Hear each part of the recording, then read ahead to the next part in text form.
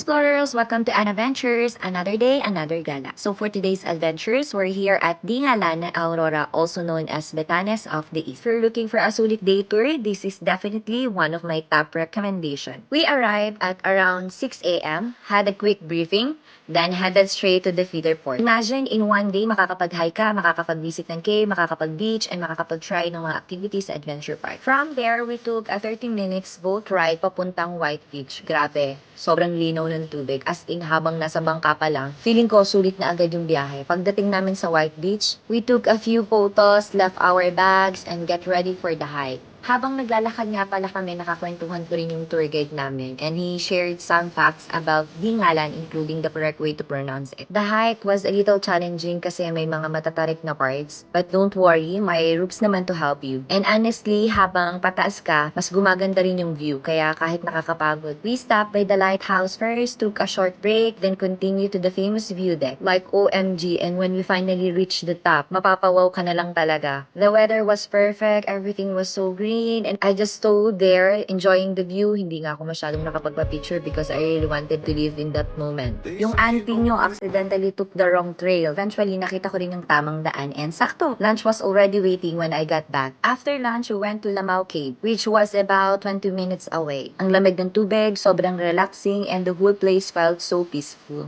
Pero yun na nga, limited lang yung oras natin. Then it was time to head back to the port, and honestly, this boat ride became one of my favorite parts of the trip. Seeing the Sierra Madre from the water, the huge rock formation, and the crystal clear sea. Our last stop was the adventure park. Sumakay pa nga ako sa motor ng tour guide namin papunta doon because I wanted to experience Dingalan like a local. We're running out of time, so zipline lang yung na-try namin, but honestly, sobrang saya pa rin. They made sure we were wearing all the proper safety gear, so kahit medyo kinakabahan ako, I felt safe for the whole time. Before heading back to Manila, we made one of the last of the hanging bridge, and that's where our adventure officially ended. That has been on your bucket list. This is your sign to finally visit. Follow for more adventures. See you on the next An Adventure. Bye!